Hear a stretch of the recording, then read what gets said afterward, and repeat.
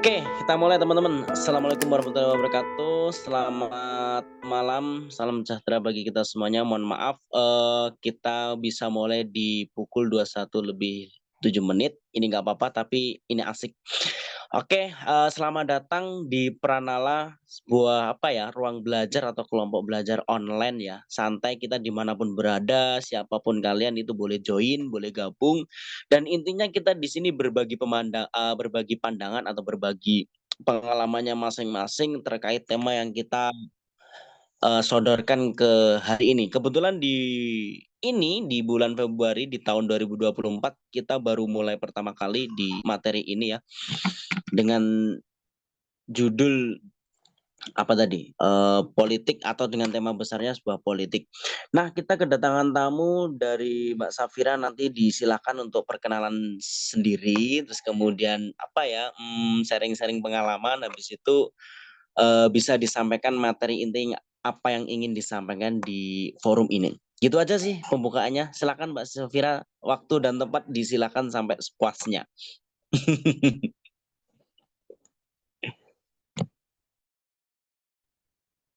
Assalamualaikum warahmatullahi wabarakatuh. Waalaikumsalam. Selamat malam teman-teman semua. Saya minta maaf tadi terlambat. Ya, perkenalkan saya Safira Nur Adlina. Saya dari Kontra Surabaya, sebuah organisasi yang NGO yang fokus di bidang hak asasi manusia. Nah, mungkin teman-teman agak bingung ya kenapa kok orang yang aktif di NGO berbasis HAM tapi kok sekarang mau menyampaikan materi tentang gerakan buruh. Karena dalam prinsip HAM sendiri, gerakan buruh itu juga termasuk dalam lingkup HAM yang dimana setiap buruh itu memiliki haknya untuk berserikat, untuk mendapatkan upah dan lain sebagainya.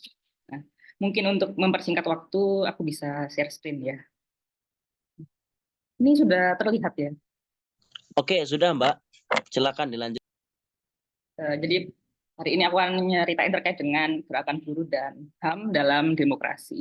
Nah, tapi sebelum kita ke gerakan buruh dan HAM-nya juga, kita mungkin bisa mengulas ke belakang ya terkait dengan gimana sih gerakan buruh itu pada masa kolonialisme sampai awal kemerdekaan. Jadi di Indonesia sendiri, sebelum Indonesia seperti ini ya, dahulu, lebih tepatnya pada saat masa kolonialisme itu, ada yang namanya Serikat Buruh Kereta Api atau VSTP singkatannya.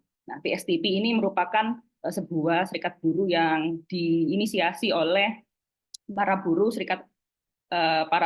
yang ada di kereta api kayak masinisnya dan sejenisnya.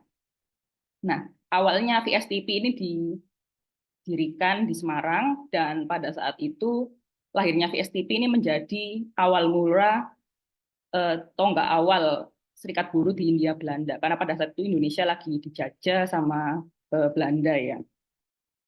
Yang mana pada saat itu juga VSTP ini beranggotakan orang-orang pekerjanya, buruhnya yang asli WN Belanda dari sana. Jadi mereka ini memang kulit putih. Nah, tetapi seiring berjalannya waktu di VSTP ini, mungkin teman-teman pernah dengar sama yang namanya orang Henk Snevliet ya. Nah, si Henk Snevliet ini dia menginisiasi agar VSTP ini nggak cuma menerima anggota dari kulit putih aja, akhirnya diterimalah warga lokal, buruh kereta api juga pada masa itu juga ya. Dan pada saat itu ada beberapa para aktivis buruh yang terkenal pada masa itu. Mungkin teman-teman pernah dengar sama yang namanya Semaun ya.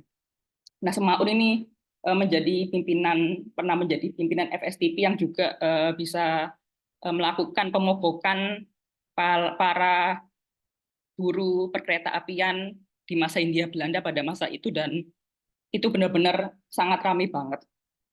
Nah, seiring berjalannya waktu, adanya serikat buruh di masa Hindia Belanda itu tidak semulus dan selancar yang kita kira.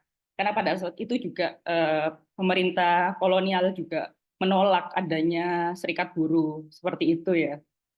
Jadi beberapa banyak yang mengalami kayak eh, diasingkan dan jenisnya. Nah, sejalan dengan waktu, akhirnya Indonesia merdeka. Dan pada saat itu didirikanlah yang namanya Barisan Buruh Indonesia aku salah ketik ini. Yang didirikan adalah Barisan Buruh Indonesia. Nah, Barisan Buruh Indonesia ini seiring berjalannya waktu dia ini berubah, berganti nama menjadi SOPSI atau Sentral Organisasi Buruh Seluruh Indonesia, yang nantinya SOPSI ini dia memainkan peran penting dalam politik gerakan buruh di Indonesia. Nah, di mana SOPSI ini awalnya juga nggak serta-merta namanya SOPSI. Itu sebelumnya merupakan beberapa perkumpulan dari serikat buruh. Yang di mana serikat buruh itu nggak cuma satu sektor aja. Kayak misalnya ada serikat buruh yang dari serikat buruh Gadaian, ada juga yang dari serikat buruh kereta api, serikat buruh pelabuhan, dan lain-lainnya. Jadi memang dileburkan menjadi satu serikat itu. Nah, si SOPSI ini mereka punya pengaruh politik yang cukup kuat ya, bahkan sangat kuat banget dibandingkan dengan kondisi buruh hari ini, yang dimana saat ini kalau aku bilang lebih melempem ya dibandingkan pada zaman dulu. Nah, puncaknya itu adalah dibuktikan dengan diangkatnya SK Trimurti. Mungkin teman-teman pernah dengar yang namanya Bu SK Trimurti. Beliau ini merupakan Menteri Perburuan pertama di Indonesia, yang mana beliau juga mengesahkan 1 Mei sebagai Hari Libur Nasional. Bahkan juga membentuk Undang-Undang Perburuan pertama pada tahun 1948, yang mana berdasarkan literatur sejarah ya, UU Perburuan Indonesia pada saat itu merupakan UU yang dia tuh terkuat di Asia pada masa itu. Karena memang memposisikan agar buruh ini bisa bekerja, dan mana dia ini nggak cuma dianggap sebagai orang yang diambil tenaganya aja.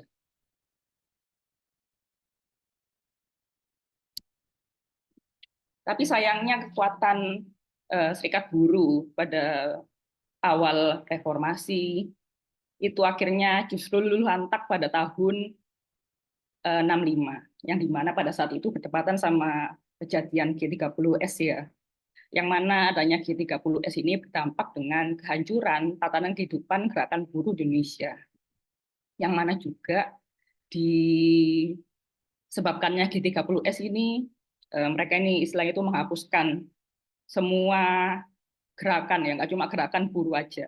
Kayak misalnya gerakan partai, yang mana partai itu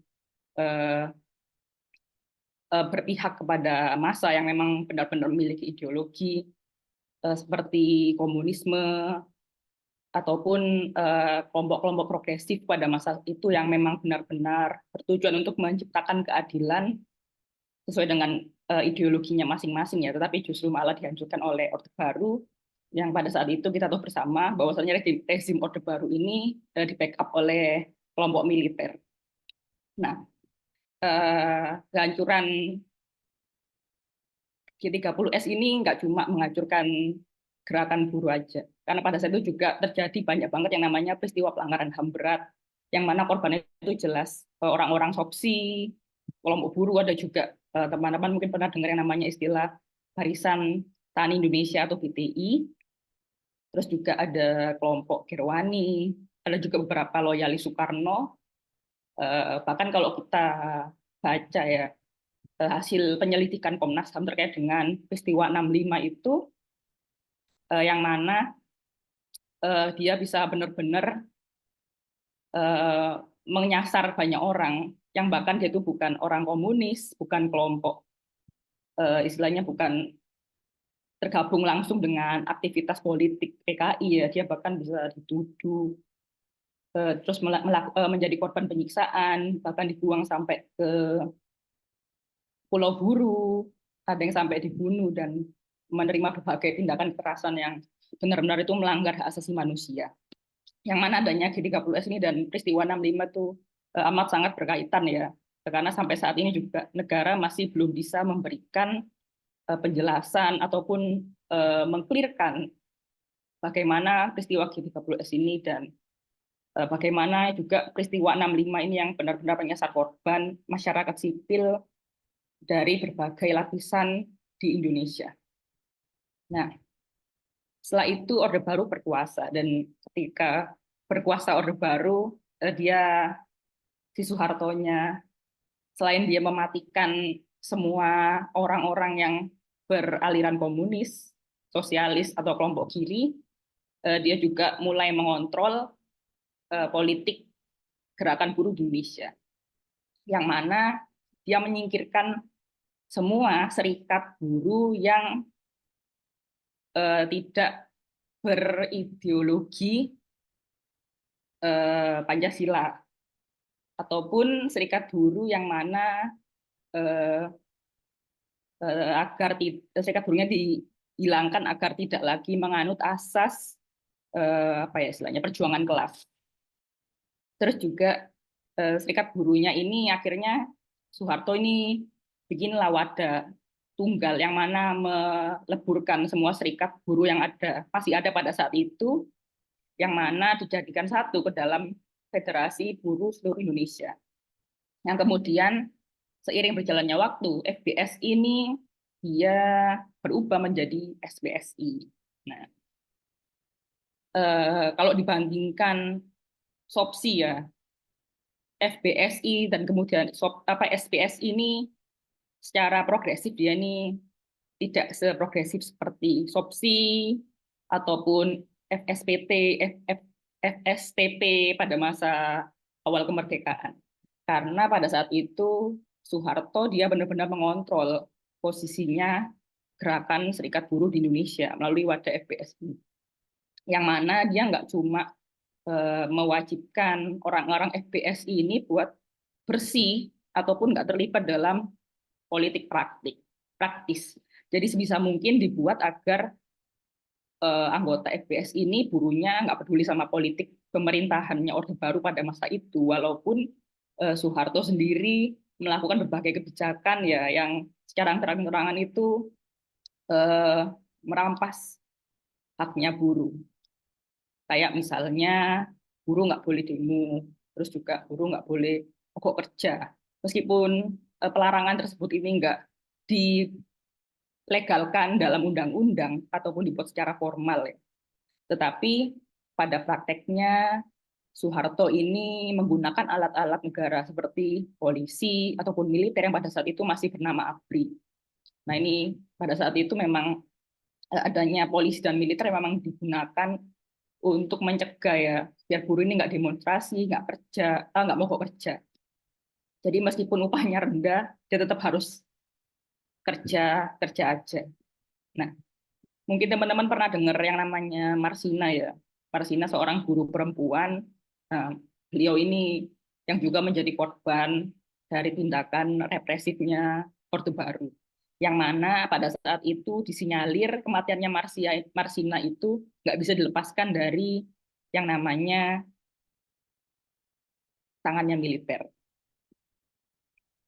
Dan juga pada saat itu Orde Baru juga menerapkan kebijakan yang mengarah pada prinsip hubungan industrial yang harmonis antara buruh dengan perusahaan. Dalam artian selama ini dalam prinsip gerakan buruh yang dibangun pada waktu SOPSI ada atau sebelum peristiwa 65, itu kan mereka berpedoman pada gerakan atau ideologi komunisme ataupun sosialisme, yang mana itu memang tujuannya adalah untuk memenangkan perjuangan kelas yang ada pada buruh dan memperjuangkan agar serikat buruh itu bisa mendapatkan haknya ataupun bisa lebih mendapatkan keadilan dari pengusaha yang memperkerjakan mereka.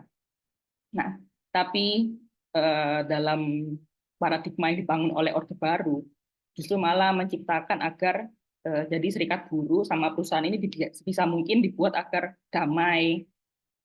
Jadi nggak perlu ada yang namanya demo-demo, terus juga dikondisikan agar nggak ada lagi namanya mau kerja. Jadi sebisa mungkin ya Orde Baru ini mengontrol agar serikat buruh ini nggak lagi buat progresif seperti dulu. Terus juga adanya peristiwa 65 ini juga membawa kehancuran dalam tradisi gerakan buruh ya. Karena pada saat dulu ini sebelum adanya peristiwa 65 kan masih bisa bebas berserikat karena adanya SOPSI dan gerakan-gerakan rakyat sipil lainnya. Nah, tetapi semenjak pasca peristiwa 65 ini, Orde Baru juga menekankan kepada rakyat sipil bahwasannya eh, siapapun yang apa namanya kayak yang yaitu Orde Baru itu kayak membuat propaganda gitu loh, yang mengatakan bahwasannya kelompok SOPSI itu merupakan kelompok komunis ataupun kelompok yang bertentangan dengan Pancasila. Jadi memang pada saat itu memang masyarakat dibuat sedemikian rupa agar terbangun ketakutan di masyarakat itu biar nggak lagi yang namanya punya keinginan ataupun kesadaran kolektif dalam membentuk serikat buruh. Nah, terus juga pada saat itu juga Orde Baru tuh bikin kebijakan upah yang mana itu menerapkan prinsip no work sama dengan no pay. Jadi orang-orang yang nggak kerja itu nggak boleh untuk nggak dibayar. Jadi intinya itu kebijakan yang dibuat Orde Baru pada masa itu benar-benar jauh banget dengan cita-cita kaum buruh yang pada saat itu masih aktifnya SOPSI dan gerakan rakyat sipil lainnya sebelum peristiwa 65. Oke. Nah, pada awal reformasi kita tahu bersama ya sebelum kehancurannya rezim Orde Baru tahun 97 ini terjadi gonjang-ganjing besar pada kehidupan ekonomi dan politik di Indonesia yang dimana pada saat itu juga eh, Indonesia itu sampai mengalami kesulitan ekonomi yang sampai mengakibatkan World Bank dan IMF ini turun tangan. Nah, di mana ketika World Bank dan IMF ini membantu Indonesia agar perekonomiannya bisa stabil lagi, maka mereka ini memaksakan kepada Indonesia untuk membuat program yang mana program itu untuk memperkuat kalangan swasta. Nah, kalau pada masa Orde Baru itu kan yang diperkuat itu kan bagian usaha negara kayak BUMN gitu ya. Nah, waktu awal jatuhnya awal reformasi ini yang diperkuat itu justru malah kelompok perusahaan swasta yang dimana itu berdampak kepada negara menerapkan kebijakan labor market flexibility yang mana labor market flexibility ini adalah istilahnya itu pasar tenaga kerja yang lentur. Jadi itu bisa mungkin kebijakannya ini mengikuti sesuai dengan kebutuhannya industri ataupun kebutuhannya perusahaan. Kayak misalnya perusahaan cuma butuh buru-buru yang para buruh yang mana mereka ini bisa lebih mudah untuk di PHK ataupun buruh yang selamanya itu menjadi buruh yang berstatus kontrak. Buruh yang mudah di PHK dan buruh yang berstatus kontrak ini kan otomatis kan bikin para buruh ini buat lebih sulit untuk berserikat karena juga adanya labor market flexibility ini juga apa ya istilahnya masih berkaitan dengan yang namanya mereka ini takut sama kebebasan berserikat. Jadi bisa mungkin paradigma yang dibangun adalah agar banyak buruh yang bisa mengikuti potensi dan kondisi market pasar pada saat itu atau perusahaan. Terus juga adanya lahirnya 3 paket undang-undang perburuan ya kayak UU Ketenagakerjaan pada tahun 2003, UU Serikat Pekerja atau Buruh 2001, sama UU Penyelesaian Perselisihan Hubungan Industrial ini jadi kunci awal liberalisasi perburuan yang mana kalau pada masa Orde Baru kan negaranya tuh masih ngontrol serikat buruhnya kan, meskipun yang dikontrol sama Orde Baru ini justru malah ditafsirkan agar serikat buruhnya ini sesuai dengan ideologi Pancasila yang mana Pancasilanya itu ya sesuai dengan dan sejalan dengan paradigmanya Orde Baru. Nah, tapi kalau masa awal reformasi ini sebisa mungkin didesain agar negara itu semakin dijauhkan dari posisi politik perburuhan. Jadi sebisa mungkin negara itu dijauhkan kewenangannya dalam mengurusi perburuhan. Jadi kalau aku bilang kasar-kasarnya itu, jadi istilahnya itu pada masa reformasi kayak sekarang ini ya, bahkan dari reformasi sampai udah lebih dari 20 tahun juga nggak ada perubahan yang berarti kan, sehingga menyebabkan kita sebagai teman-teman buruh itu sendiri juga mungkin bisa mengalami yang namanya lebih banyak berjuang sendiri untuk mendapatkan hak mereka. Karena memang dari negara ataupun dari pemerintah yang selaku menjalankan otoritas kewenangan negara ya, dia nggak jalan. Ya karena memang sengaja undang-undang itu didesain seperti itu. Kayak misalnya kita punya masalah pertubuhan, terus juga ngelapor ke Disnaker. Itu kan juga lebih banyak apa ya istilahnya, Disnaker itu jadi cuma sebatas jadi wasit aja, dan nggak lebih banyak memberikan saran yang mana itu sarannya eh, berpihak kepada buruh. Jadinya ya saran-saran yang diterbitkan oleh Disnaker, rekomendasinya itu lebih banyak ada pertimbangan yang mana itu memperhatikan kondisi dan situasi keuangan perusahaan. Nah, ini kan yang jadinya semakin memperparah atau memperjauh jarak ya, campur tangan negara pada gerakan buruh di Indonesia ataupun pada kebijakan buruh di Indonesia. Nah, apalagi adanya UU Cipta Kerja ya pada tahun 2020 lalu, ini semakin memperparah juga kondisi buruh hari ini.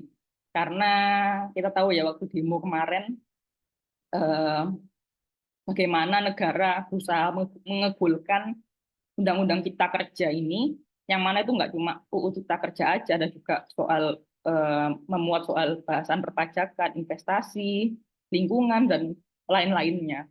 Pokoknya sebisa mungkin isinya dari Undang-Undang Omnibus Law Cipta Kerja ini berpihak kepada investasi. Jadi memang antara yang dibuat oleh Indonesia pada tahun 97 sampai sekarang tahun 2020 sampai seterusnya juga kebijakannya itu masih tetap berpihak kepada investasi swasta. Cuma hari ini investasi asingnya itu lebih diperluas lagi. Yang mana dalam dibukanya keran investasi asing itu justru malah nggak apa ya istilahnya nggak apa ya lebih masih nggak bisa berpihak pada kesejahteraannya buruh. Nah ini yang paling eh, menyedihkan ya bagi kondisi kaum buruh hari ini.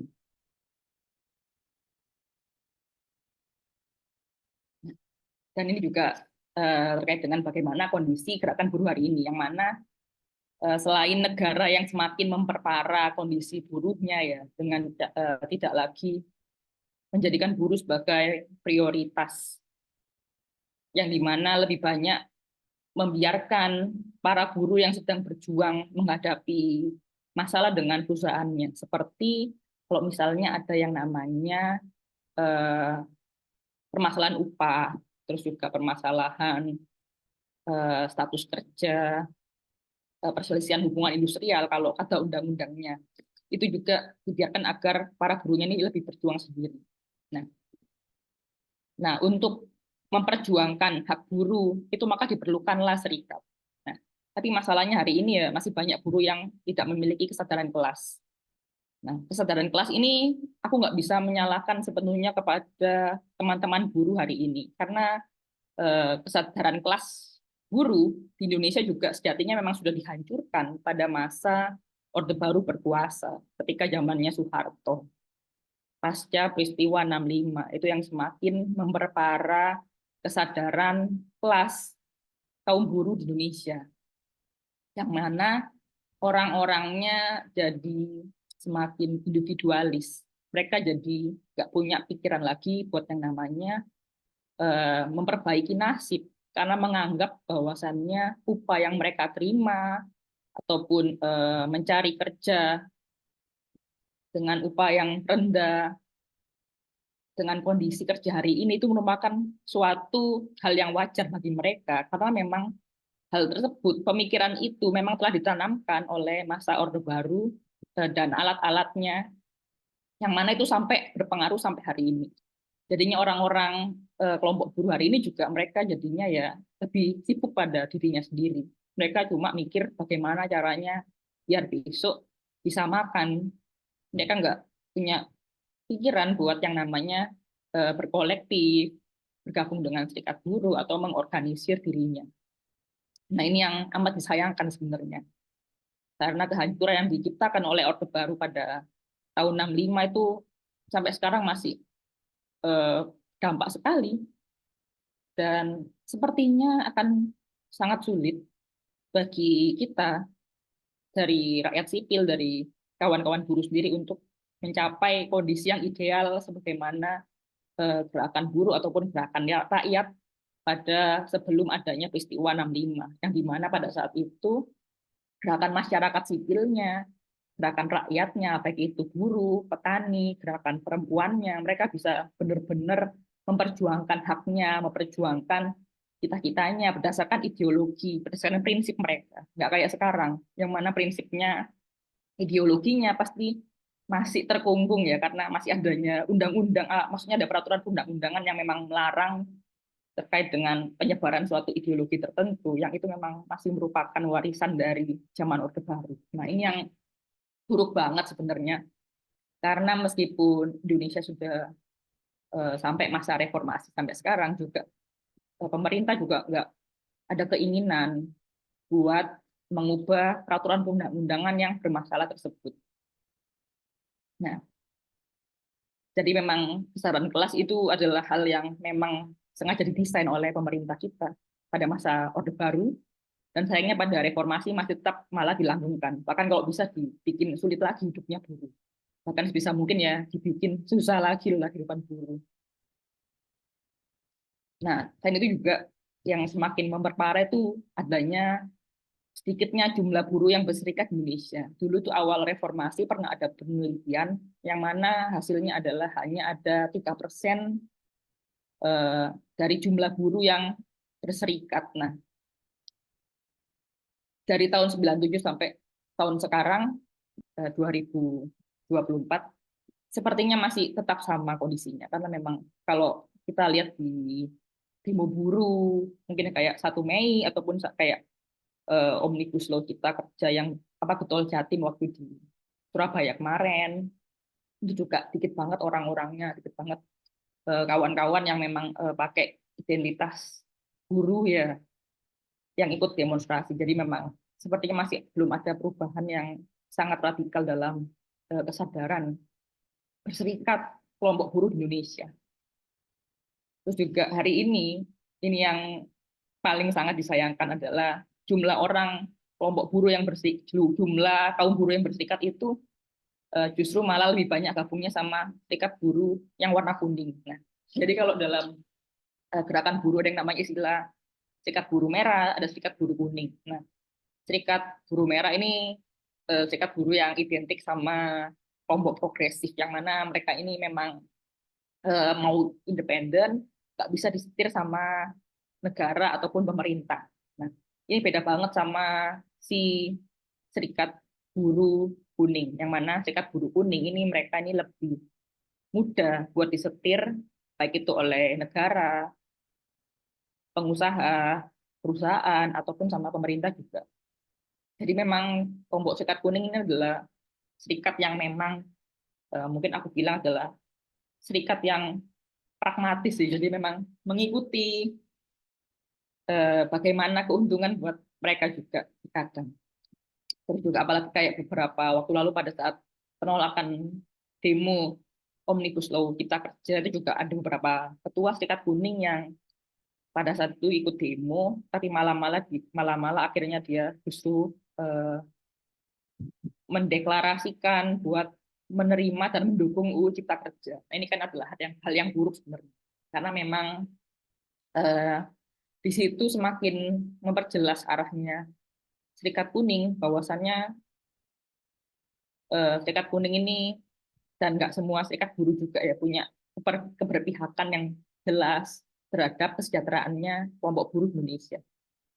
Terus juga gerakan buruh hari ini juga belum bisa memiliki pengaruh dalam hal politik, ekonomi, dan hukum Indonesia.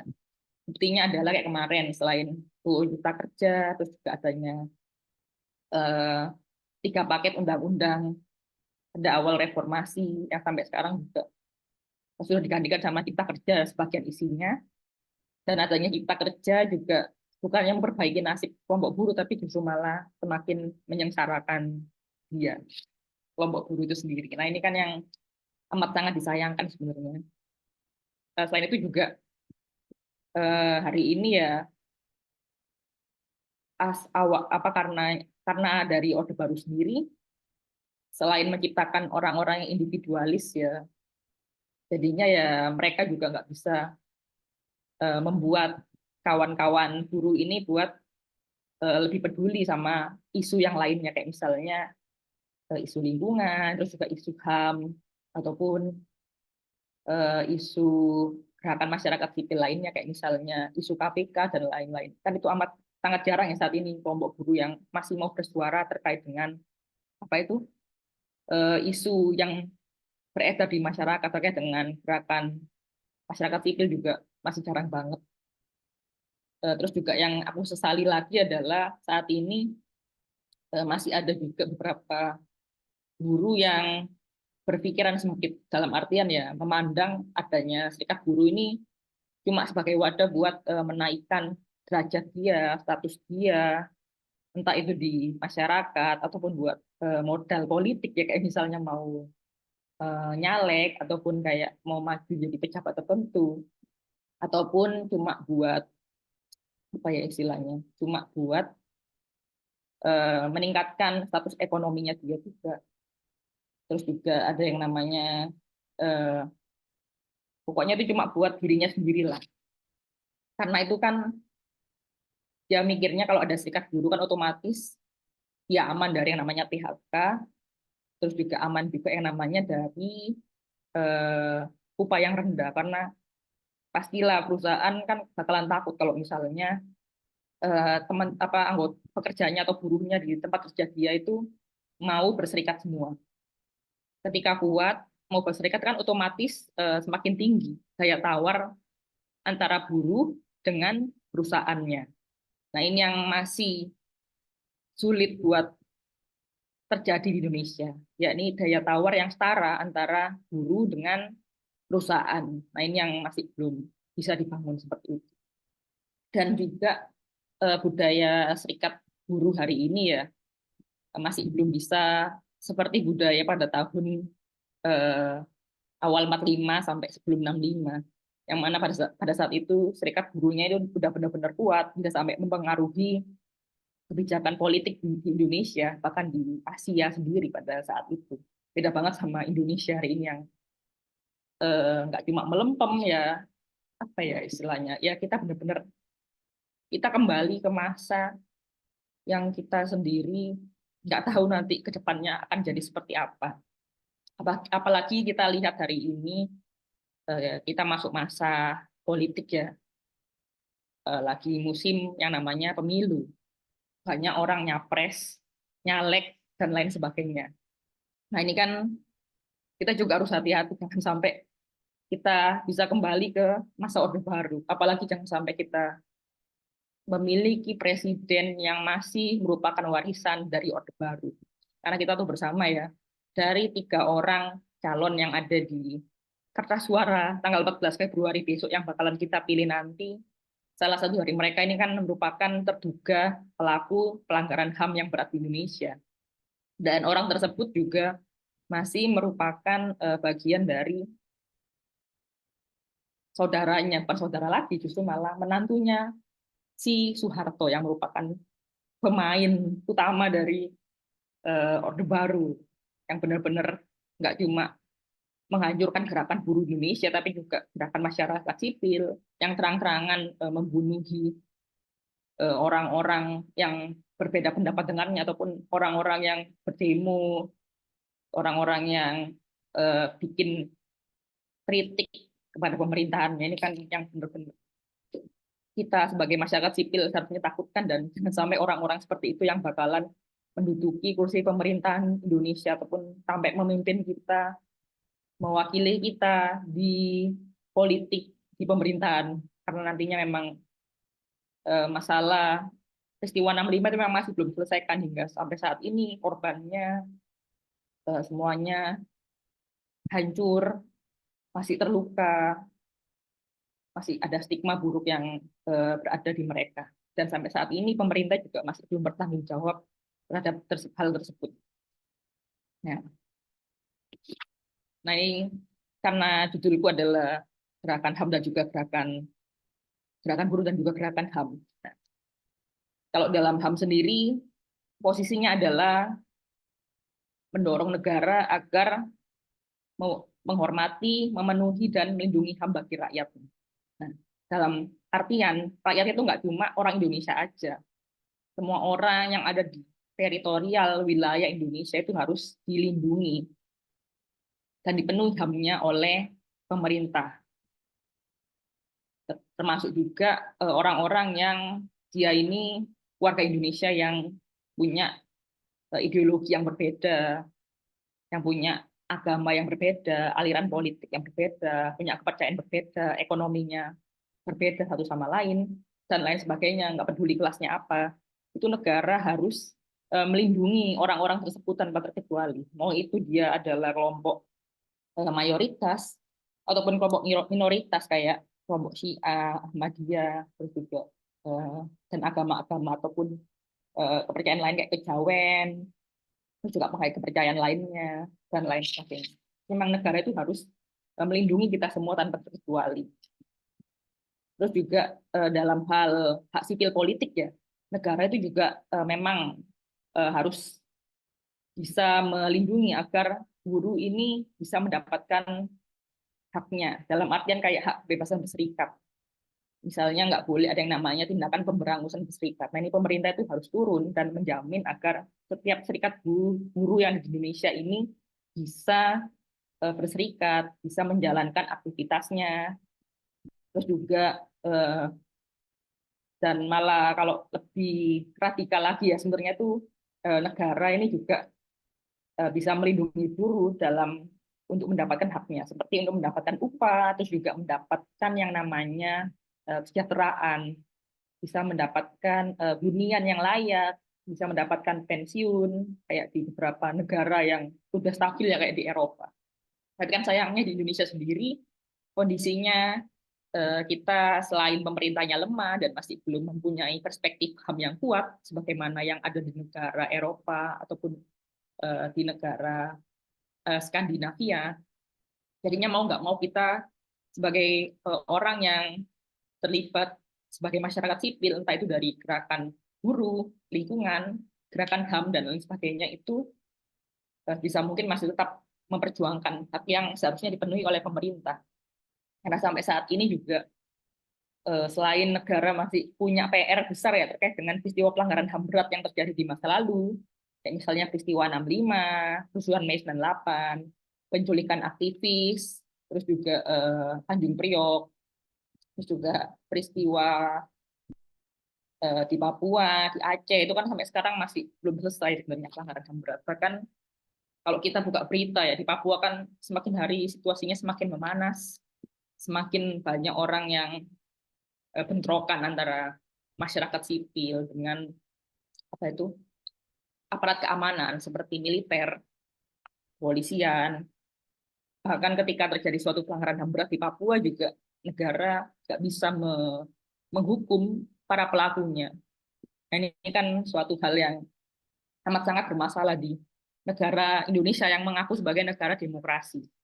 Ini yang memang seharusnya kita sebagai masyarakat masih tetap harus memperjuangkan hal tersebut. Apalagi saat ini kan juga negara masih belum mampu untuk menjelaskan kepada kita semua terkait dengan bagaimana sih peristiwa 65 itu terjadi, bagaimana peristiwa G30S itu yang sebenarnya, ataupun bagaimana sih kok bisa kelompok buruh ataupun kelompok perempuan, petani bisa ataupun para orang-orang yang simpatisan ataupun yang terlibat dalam komunisme atau sosialisme dan juga gerakan kiri di Indonesia pada tahun 65 itu bisa sampai menjadi korban kesewenang-wenangan pemerintah. Ini kan yang seharusnya dijawab oleh negara.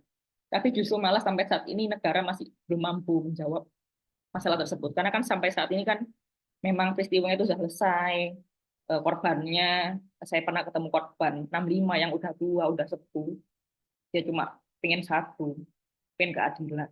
Cuma pengen agar sejarahnya diluruskan, agar orang-orang di sekitarnya itu nggak lagi memberikan stigma kepada dia sebagai pengkhianat negara. Dan mana setiap stigma itu juga nggak cuma diberikan kepada orang tersebut atau si korban, tapi juga kepada anak turunannya. Ini kan kasihan banget.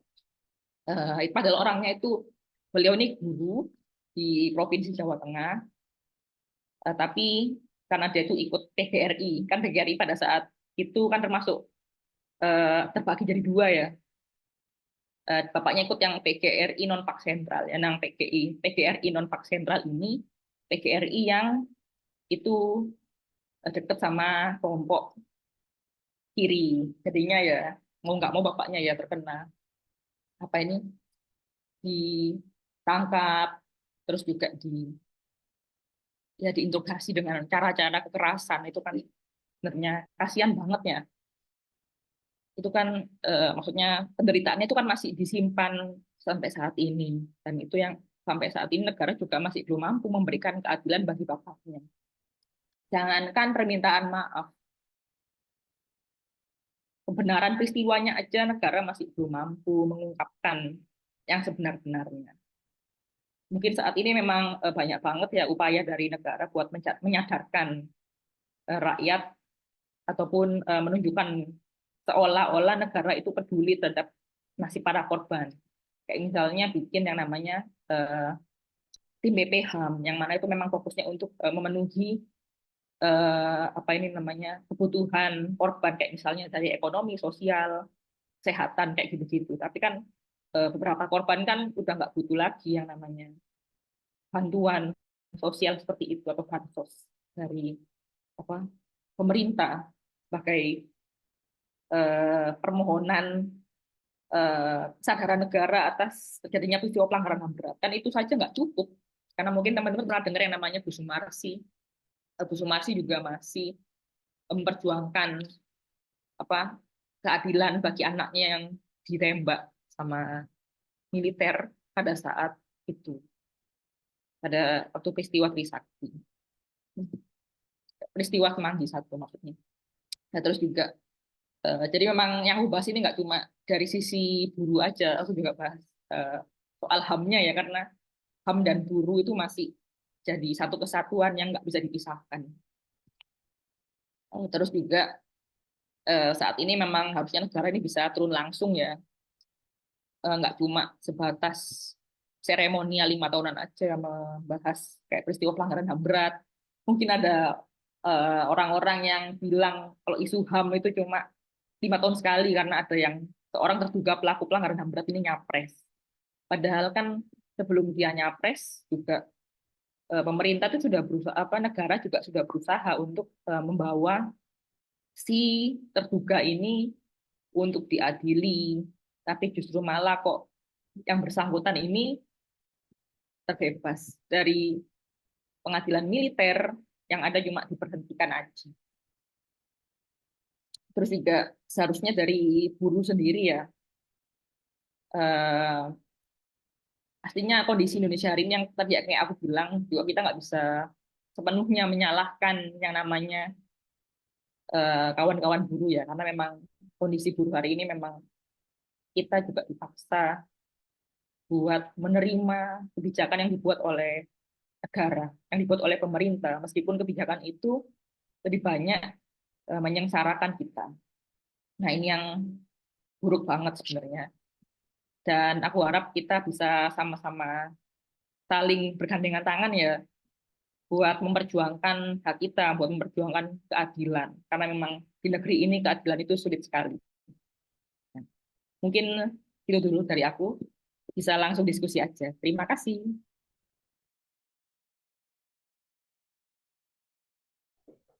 Oke, baik, Mbak Safira, terima kasih atas eh, pemanasan yang luar biasa ya. Aduh, aku jadi apa ya? Aku jadi berdebar nih, berdebar karena takut atau berdebar karena terharu ya. Jadi kisah yang sebenarnya aku sendiri juga sebagai anak muda ya, ya istilahnya kalau nggak ada diskusi ini mungkin ya akan tertutup matanya seterusnya gitu. Tapi terima kasih untuk Mbak Safira untuk bisa berbagi cerita dan pengalamannya gitu.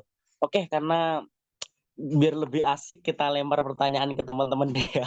Silakan tanggapannya Mas Dimas atau Mas Bapak, Mbak Andi nih. Mbak Dea juga boleh.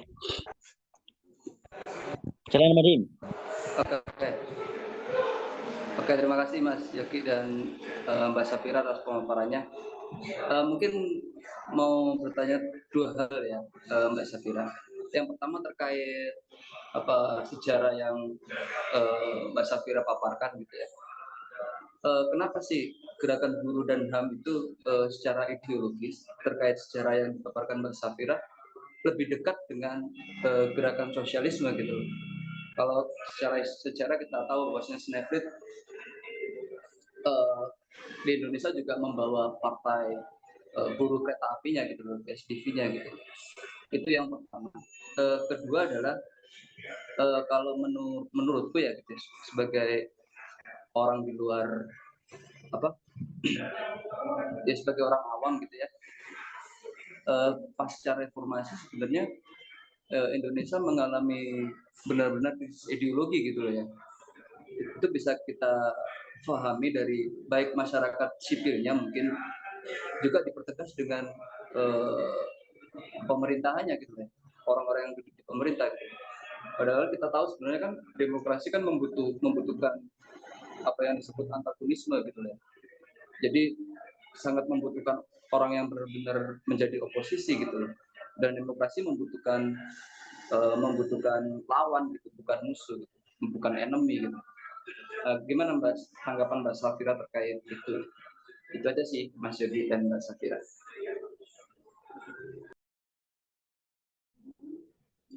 Mbak Safir bisa ditanggapi langsung kok, santai aja kita. Iya, tadi yang pertama apa Mas? Sorry tadi agak aku belum nyatet tadi. Yang pertama kenapa?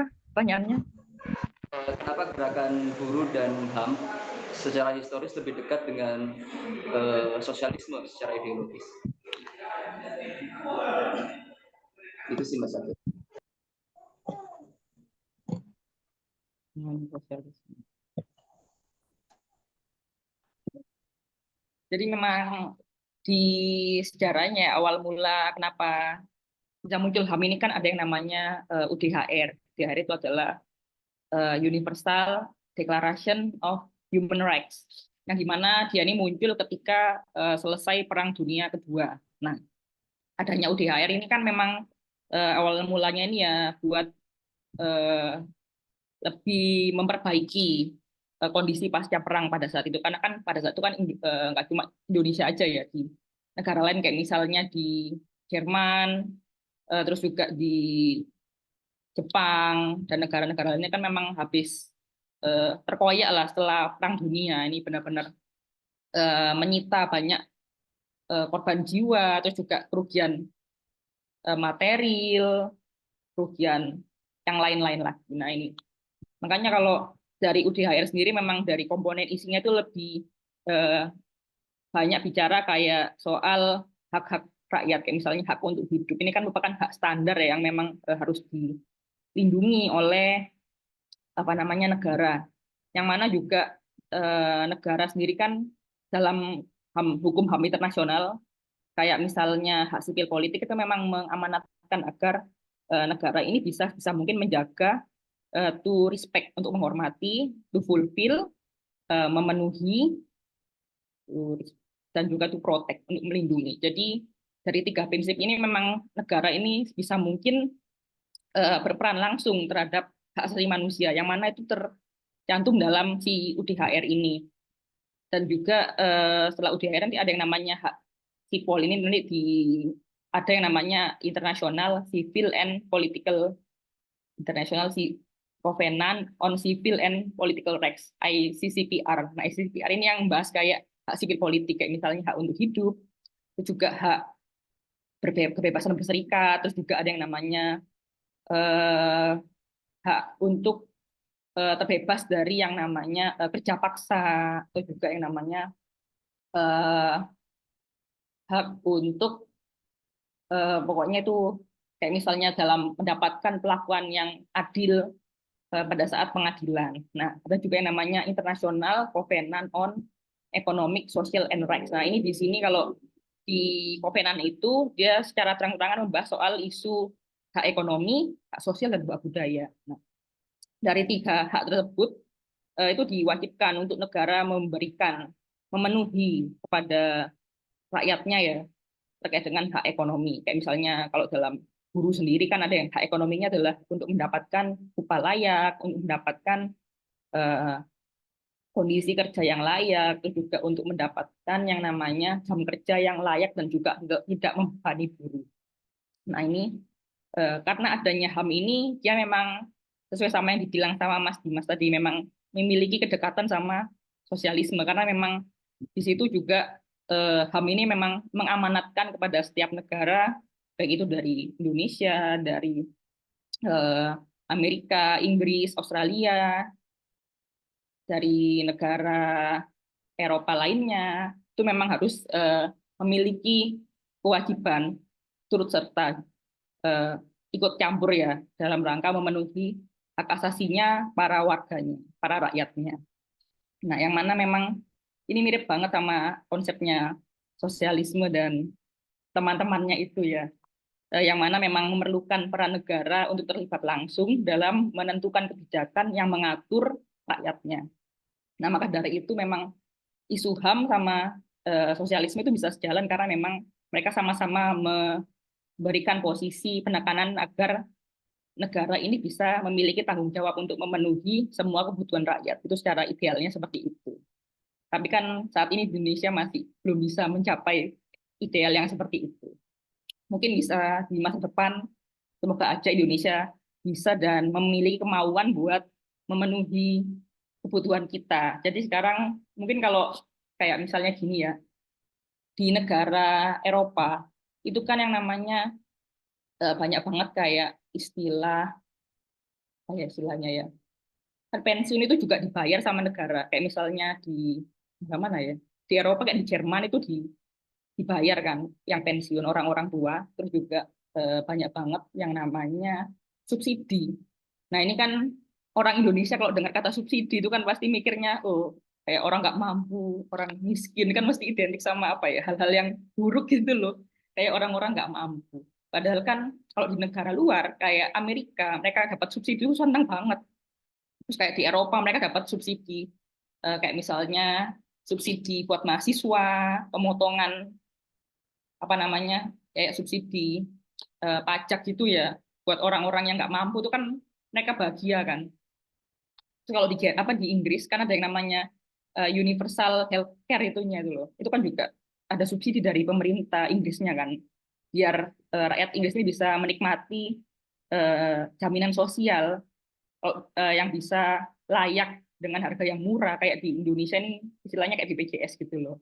Cuma kalau di Inggris sana kan healthcare-nya itu udah stabil dan udah lama. Makanya BPJS itu beberapa komponennya niru sama yang ada di apa namanya di healthcare-nya di UK sana.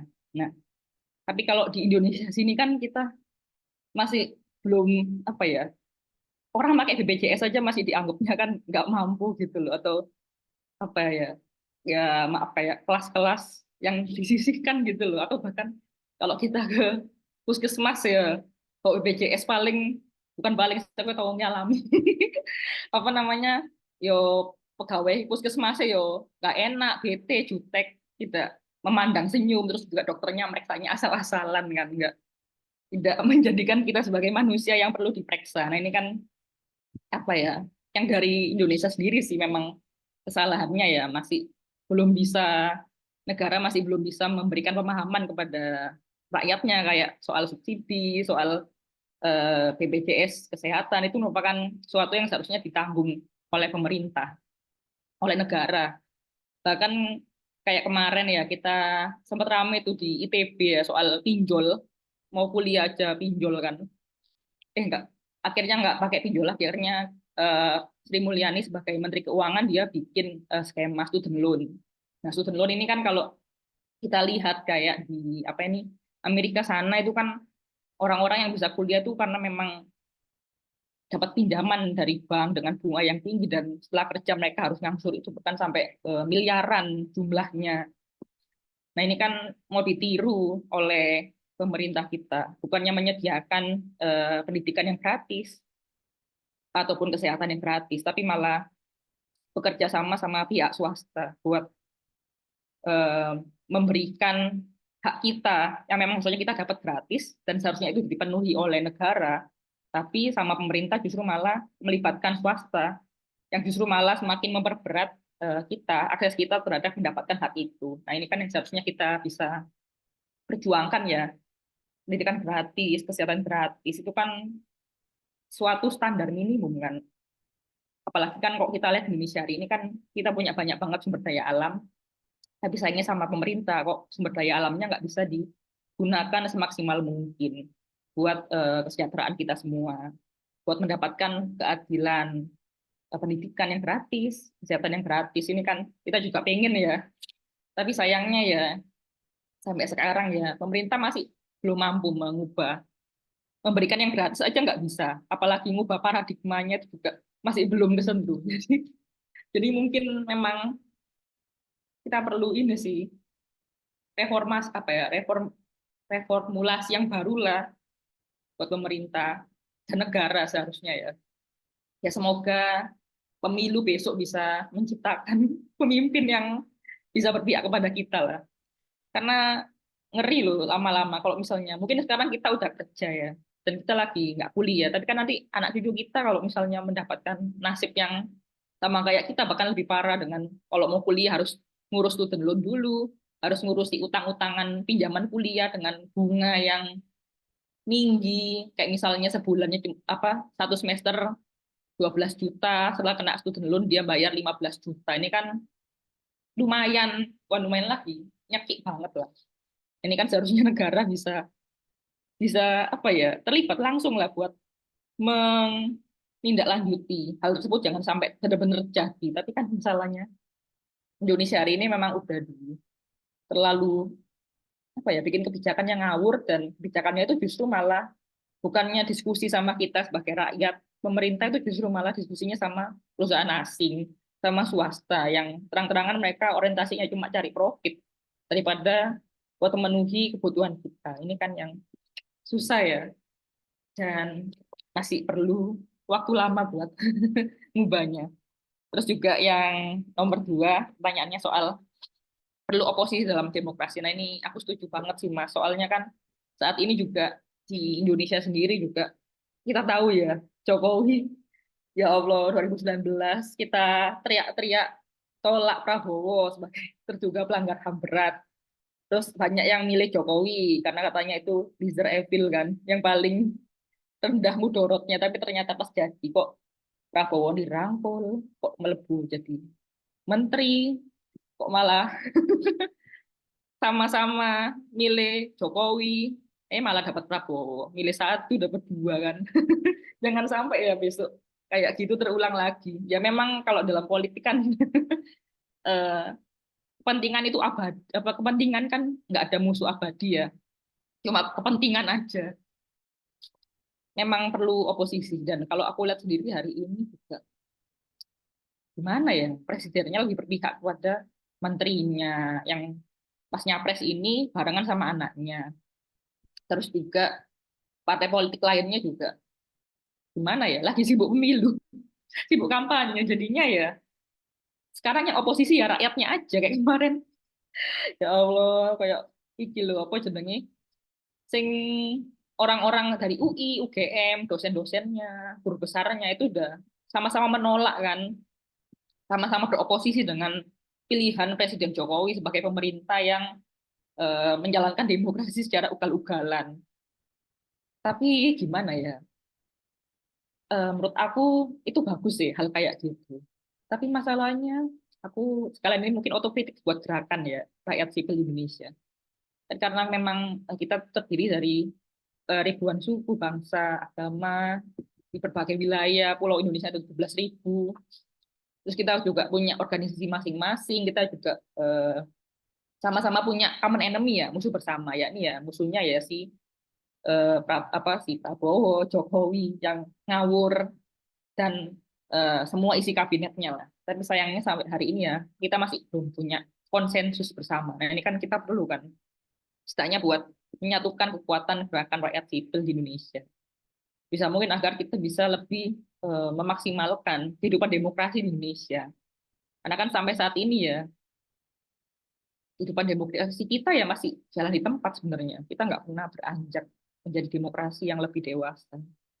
Demokrasi kita ya cuma demokrasi formalitas yang cuma jadiin eh, apa namanya ini pers sebagai pilarnya, tapi ya itu cuma namanya formalitas.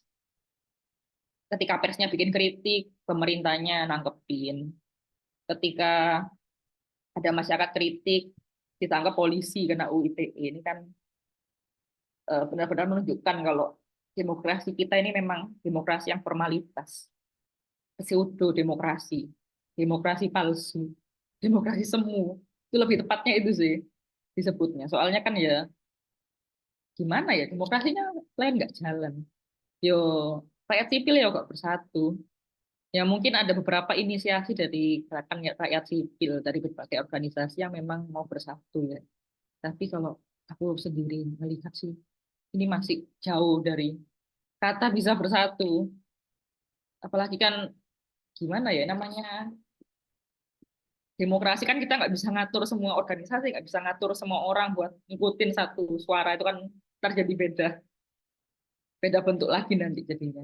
Ya mungkin kita bisa harusnya kita bisa ini ya bikin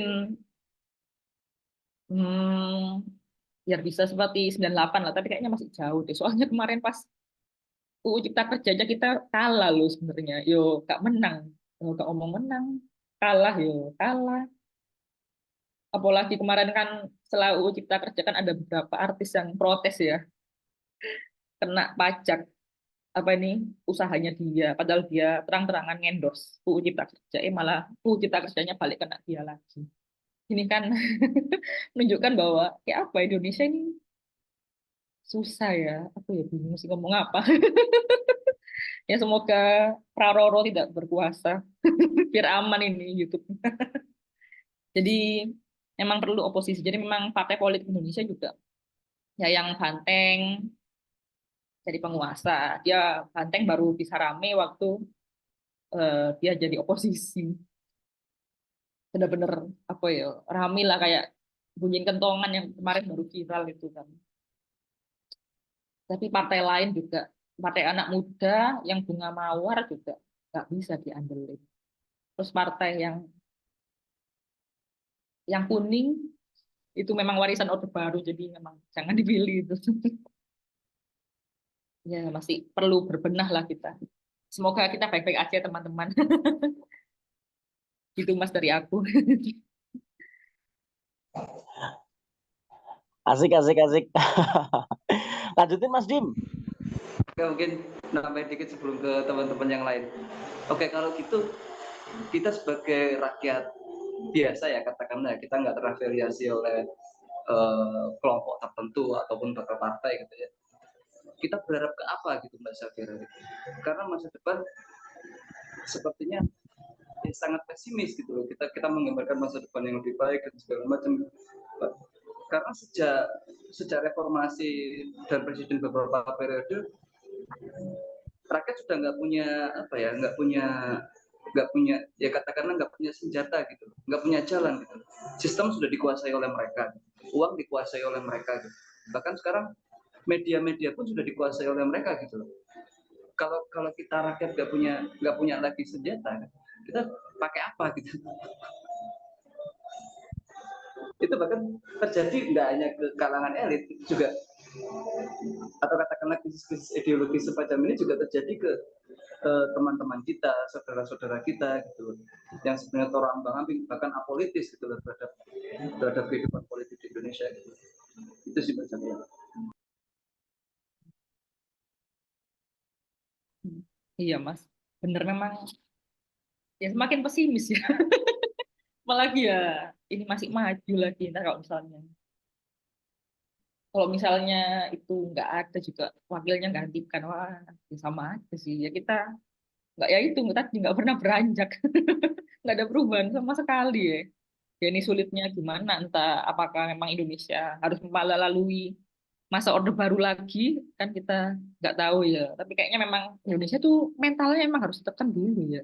Kayak harus ada diculik, harus ada di represi, harus jadi korban dulu kayaknya baru bisa sadar. Atau soalnya kalau aku lihat dari apa ya orang-orang yang kayak kelompok buruh sendiri ya, misalnya mereka ini baru sadar berserikat tuh ketika upahnya mereka ini dipotong, ketika mereka jadi apa lembur nggak dibayar, terus juga ketika mereka ini eh, ngalami suatu kondisi yang dimana mereka akhirnya bisa berserikat.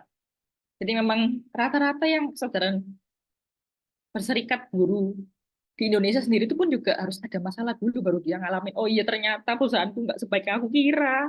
Kan pasti mikirnya kayak gitu kan. Nah ini sing perlu apa ya, kalau perlu dibenahi juga nggak bisa soalnya kan memang masyarakat kita memang seperti itu. Soalnya aku lihat teman-teman yang berserikat juga awalnya juga mereka kayak awalnya gabung serikat ya karena ada masalah sama perusahaannya. Dan kalaupun ini gini ya, ada yang pernah awalnya itu ada masalah sama perusahaannya, seiring berjalannya waktu perusahaannya udah ngasih semua kebutuhannya dia. Kan udah bikin yang namanya perjanjian kerja bersama. Kalau misalnya buruh itu kan pasti jaring pengamannya itu ya sesuai dengan yang tercantum dalam UU Ketenagakerjaan. Jadi kayak misalnya hak upah, 8 jam kerja, upah UMK itu kan merupakan standar minimum ya yang ada dan dimiliki oleh buruh sebenarnya. Tapi kalau misalnya udah perusahaan yang udah gede, mereka udah punya apa buruhnya punya gaji yang gede banget, misalnya 2 digit gitu aja mereka wis gak kepikiran buat gabung serikat, gak kepikiran buat apa sih kolektif kayak ikut demo tuh ngapain, pasti gitu mikirnya. Karena apa? Karena ya mereka nggak mengalami sendiri masalahnya. Yang ini yang sulitnya tuh di situ. Kalau aku kan kayak tadi aku cerita, dia tuh serikatnya tuh awalnya sempat ada masalah sampai rame se-internasional.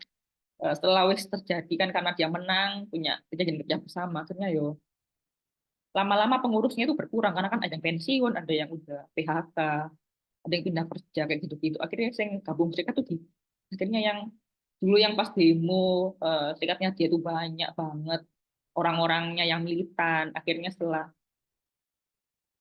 apa ini semakin enak kondisinya, semakin dimanjakan sama perusahaannya, akhirnya orang-orang jadi lupa posisi dia sebagai guru itu harus apa dan bagaimana. Nah ini yang masalah itu di situ.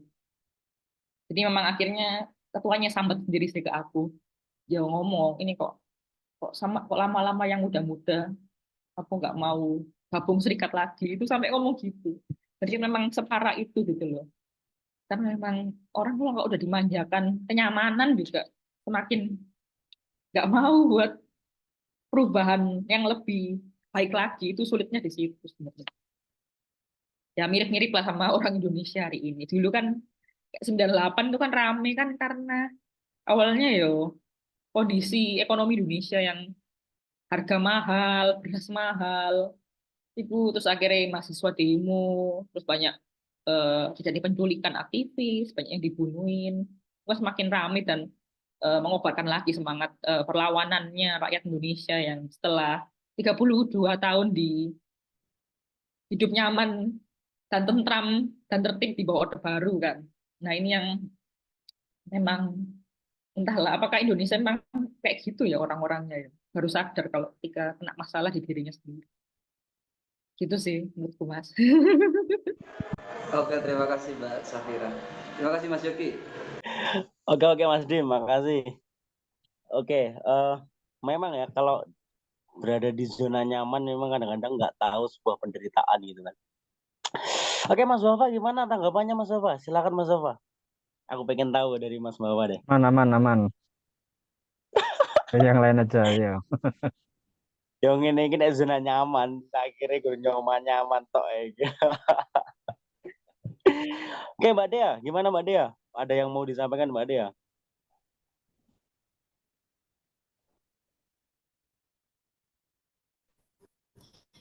Oke, sebelumnya terima kasih atas kesempatannya untuk bisa bergabung di sini ya Mas. Terima kasih sudah membuka kelas dengan secara terbuka dan tidak berbayar. Ini sangat-sangat bermanfaat sekali bagi saya. Saya juga seorang buruh dan kebetulan juga kenal dengan Mbak Safira. Jadi di sini saya ingin bertanya, Mbak, saya sebagai salah seorang yang menjadi bagian dari perburuhan di Indonesia ini, bagaimana menyikapi gagasan-gagasan paslon ini yang ternyata tidak ada yang fokus dengan hak-hak normatif yang berusaha dicapai buruh, selain dengan tidak memilih paslon yang memiliki riwayat pelanggar HAM, apakah kami sah-sah saja atau reasonable gitu istilahnya untuk melakukan golput karena memang gagasan yang disampaikan. Kebetulan saya malam ini juga live Nonton. streaming debat capres Oh, dan iya. ternyata Kalau tidak kita, ada yang membicarakan tentang buruh dan iya. hanya menyampaikan gagasan tentang akan membuka lapangan pekerjaan. Kenapa tidak memperhatikan buruh juga yang masih terpontang-panting gitu, istilahnya seperti itu. Bagaimana Mbak Safira? Terima kasih. Iya. Iya ya, sekarang waktunya ini ya debat capres ya. Salah milih tanggal aku. Maaf teman-teman. Kira debat capres. Tapi nggak apa-apa Mbak, minimal ada bahan untuk bertanya untuk Mbak Safira. Memang ini ya dari awal dulu Orde Baru sampai sekarang itu pasti yang dicari itu ya buka lapangan kerja baru. Kayak misalnya reformasi dulu kan juga yang dicari juga banyak PHK ya karena kan ekonomi Indonesia kan nggak stabil. Jadinya banyak di PHK, banyak dipecat, banyak perusahaan yang apa namanya bubar. Dan sampai sekarang apalagi pas COVID kemarin, wah itu aduh teman-teman keluarga yang di PHK. Yang di PHK banyak yang masuk kerja tapi upahnya dipotong, apa mengalami penyesuaian upah gitu loh. Dan akhirnya baru bisa normal. Jadi kan COVID itu tahun 2020. Jadi pas aku ingat pas demo bulan Maret 2020 itu awal demonya. UU Cipta Kerja, Ketua Jatim, terus akhirnya kepotong, nggak susah demo lagi karena moro-moro COVID. Aduh. Terus ya ketepaan pas 2020 kok juga disahkan itu loh undang-undangnya. Iya 2021 ya disahkan undang-undangnya. 20 itu 21 ya aku lupa. Pokoknya disahkan sekitar tahun itulah. Dan sampai sekarang juga kita sebagai rakyat sipil juga masih mengupayakan agar teman-teman juga banyak yang namanya melakukan judicial review soal UU Cipta Kerja ini kan. Karena memang isinya benar-benar menyengsarakan buruh.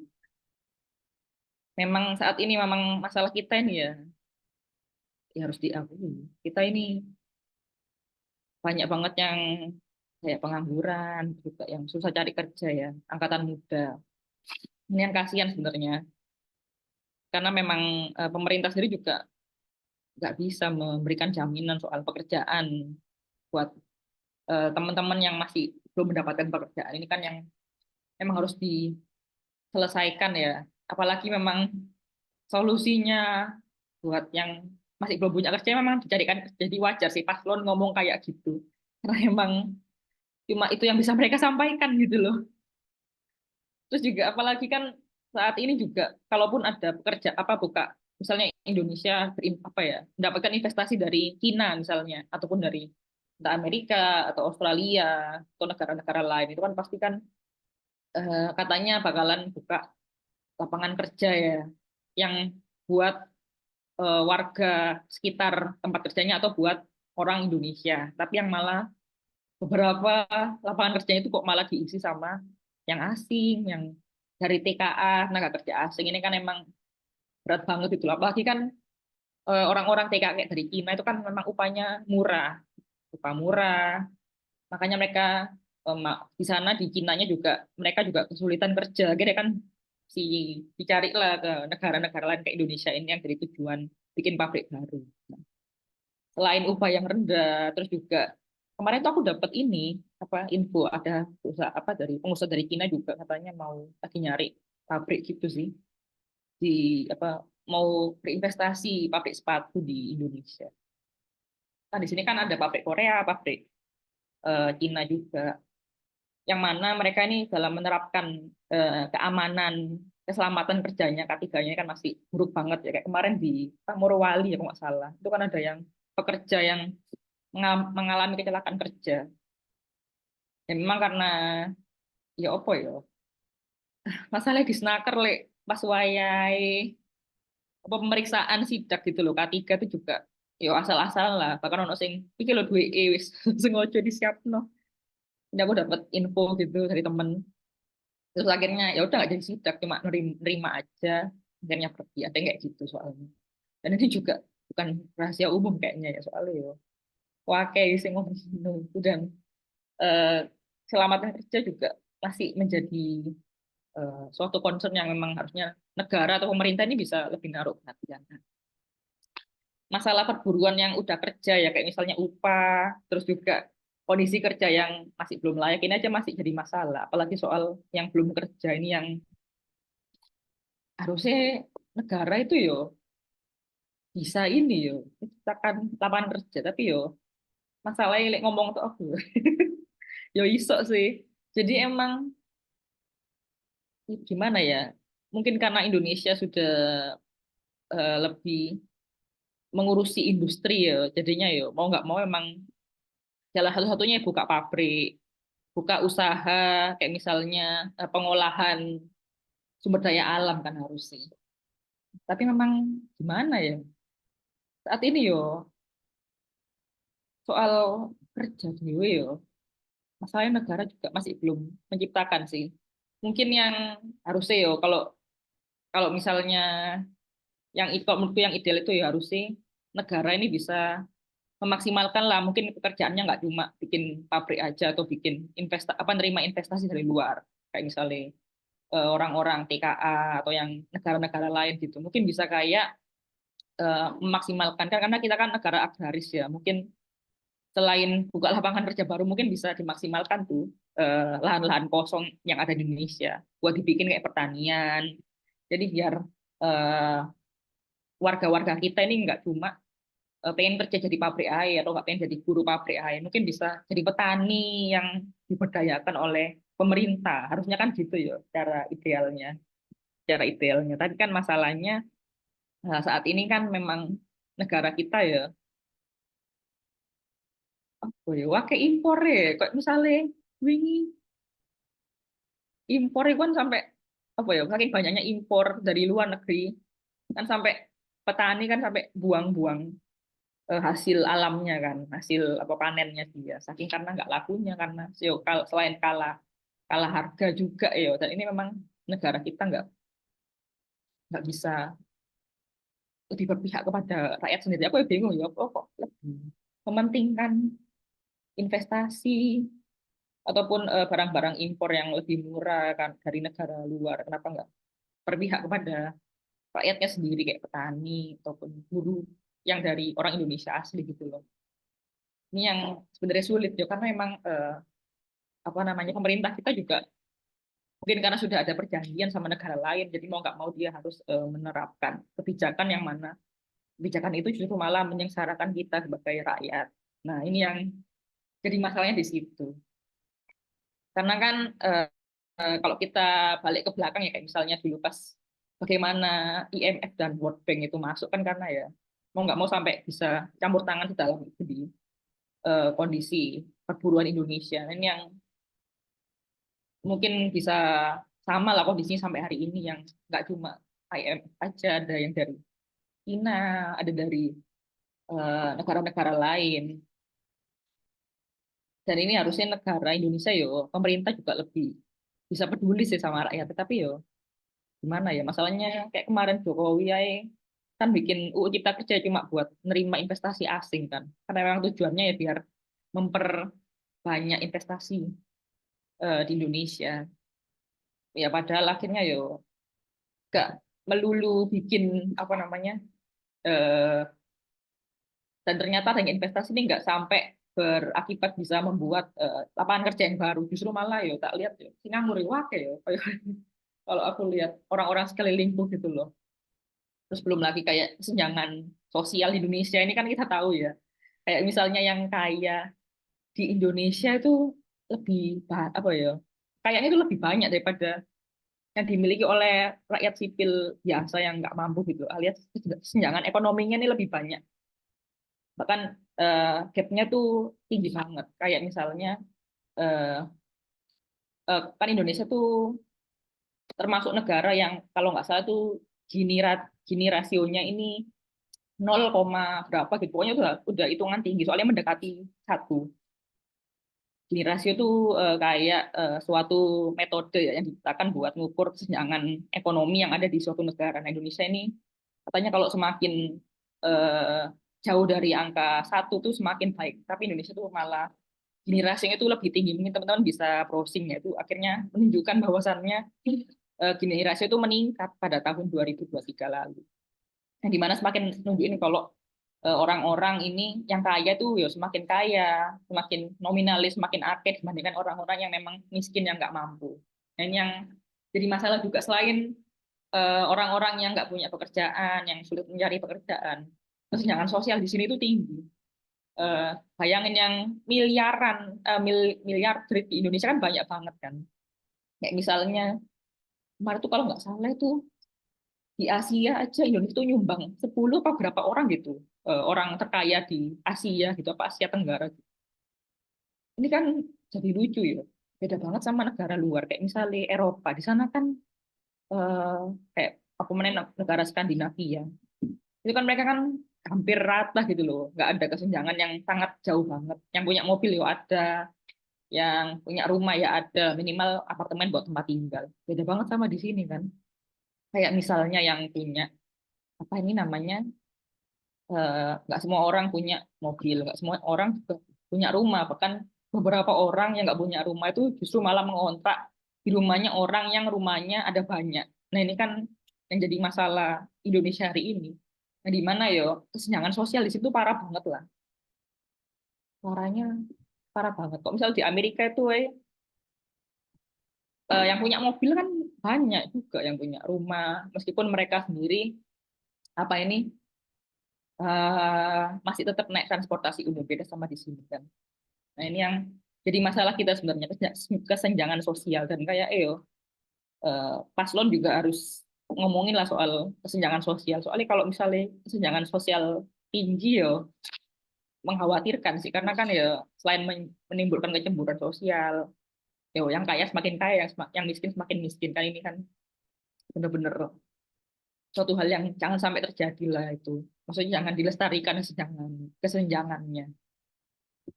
Terus juga akhirnya yo karena banyak yang nggak dapat kerjaan, kesenjangan sosial, terus juga gerakan rakyat sipilnya yang masih belum punya taring ataupun nggak, rakyat yang nggak direken sama negara atau pemerintahnya sendiri juga semakin memperparah kondisi Indonesia sebenarnya ya.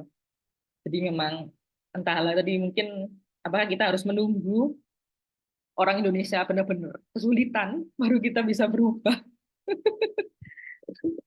kayak waktu Orde Baru dulu sebelum runtuh. Ini yang jadi pertanyaan bersama gitu sih. Aku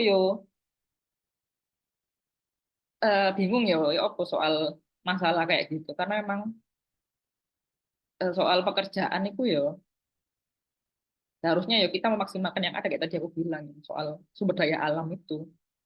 Dan masalahnya ya banyak dikuasai oleh orang yang punya kepentingan, gak mau bagi-bagi.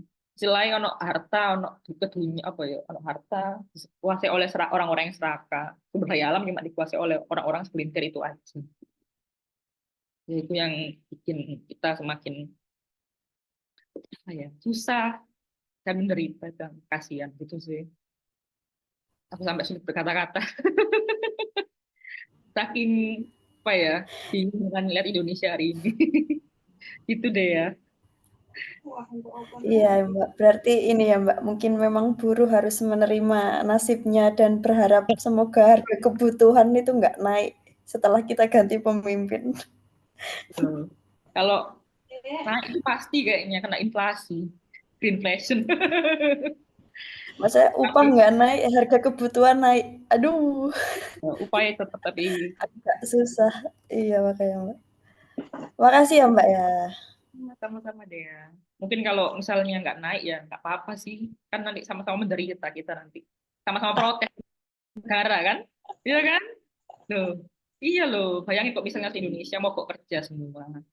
Kalian yang kerja di LSM, yang kerja jadi pabrik apa, perusahaan apa, jadi ojol, di toko, kerja di mall, di mana aja. Kalau misalnya turun ke jalan, nggak mau kerja, yo macet lah kan perekonomian Indonesia. Akhirnya yo mau nggak mau ya pemerintah yo harus nuruti kehendak rakyat gitu sih. Makanya kita perlu mogok kerja sebenarnya lo yo. Tapi yo mogok kerja gini kan masalahnya Indonesia hari ini kan mogok kerja paling mek perusahaan itu dewi.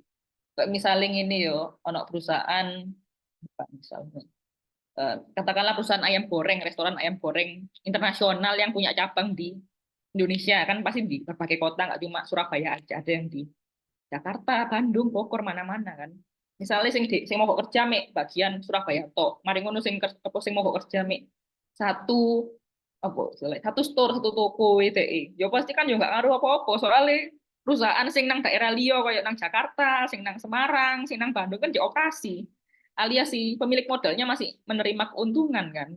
Nah ini yang seharusnya emang harusnya buruh tuh bersatu dan harusnya yang mau kerja tuh ya nggak cuma segelintir orang. Kayak misalnya sak pabrik sing apa ya nggak punya eh, apa ya nggak punya pengaruh apa-apa. Kayak misalnya kan kayak misalnya industri manufaktur yang udah gede gitu yang berpengaruh sama ekonomi kayak misalnya eh, misalnya kayak perbankan, misalnya buruh perbankan sing nekis-nekis, sing wangi-wangi itu demo KB kan misalnya nggak cuma BCA, BNI, BRI KB, pabrik KB, bank misalnya demo KB kan mah langsungan kayak sok tarik tunai, itu hilang lenyap KB kan ya harusnya ya langsung ngefek kan sebenarnya loh ya. Itu masalahnya ya kesadaran serikatnya di kelompok buruh perbankan ya masih sedikit ya. Temanku sing nang di serikat ya beberapa orang aja. Jadi memang masih perlu kita masih perlu berbenah bersama-sama sambil tetap menekan pemerintah. Ya coba kan kita demo bareng kan loh, mau bekerja pasti ngefek kok. Soalnya kalau misalnya yang bagi misalnya kalau di Surabaya aja satu perusahaan semua perusahaan Surabaya tuh lek macet yo. Paling sing pengaruh yo sing nggak duwe cabang lain. Makanya harus bersatu makanya buruh lek misalnya nggak bersatu yo susah serikatnya. Begitu. Gitu sih kalau dari aku.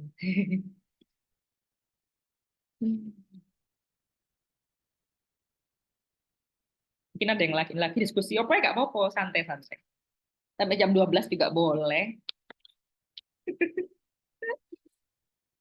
nyantai nyantai nyantai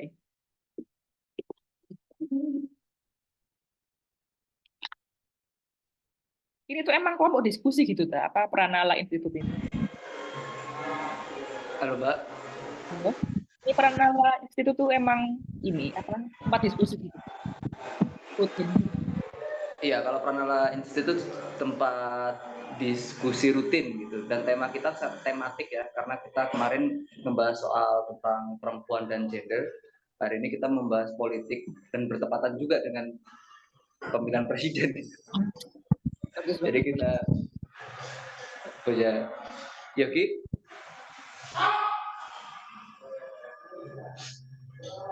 Oke, silakan teman-teman yang lain. Mas Bapak, Mbak Dini, Mas Iqbal. Oh iya. Ini aku lupa jawab pertanyaan deh ya. Yang soal golput. Iya, golput itu soal hak memang. Kalau mau golput juga boleh. Nggak ada yang melarang kalau golput. Memang itu hak kan golput itu hak. Cuma akhirnya ya aku nggak bisa maksa si teman-teman mau golput atau enggak. Karena kan suara teman-teman itu ya ada merupakan haknya teman-teman. Dan aku nggak mempengaruhi teman-teman harus milih siapa. Cuma kalau memaksa jangan pilih yang terduga pelanggar HAM berat. Itu kuncinya. Agar Indonesia tidak kembali ke masa Orde Baru. Oke, silakan teman-teman yang lain.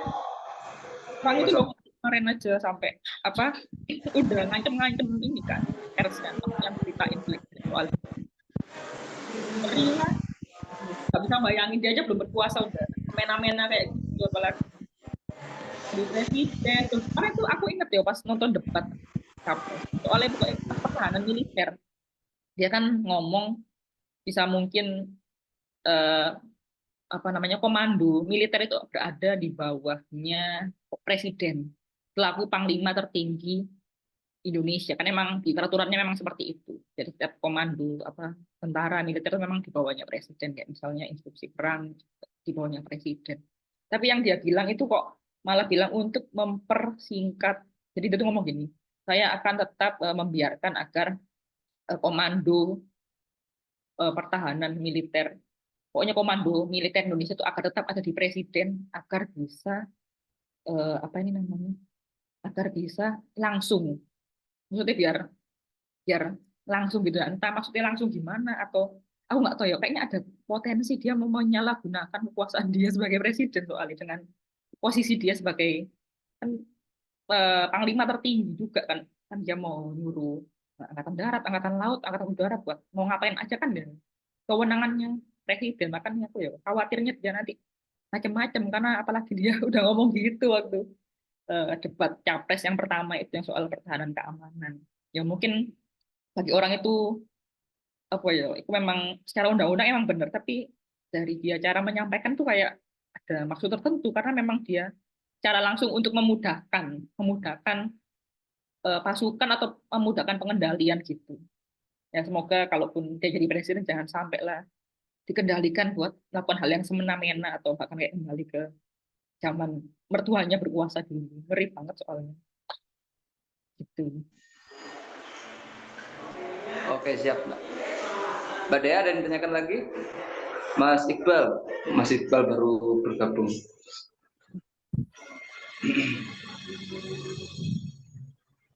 Wakil DPR, MPR. Mas Sofat, silakan Mas Sofat.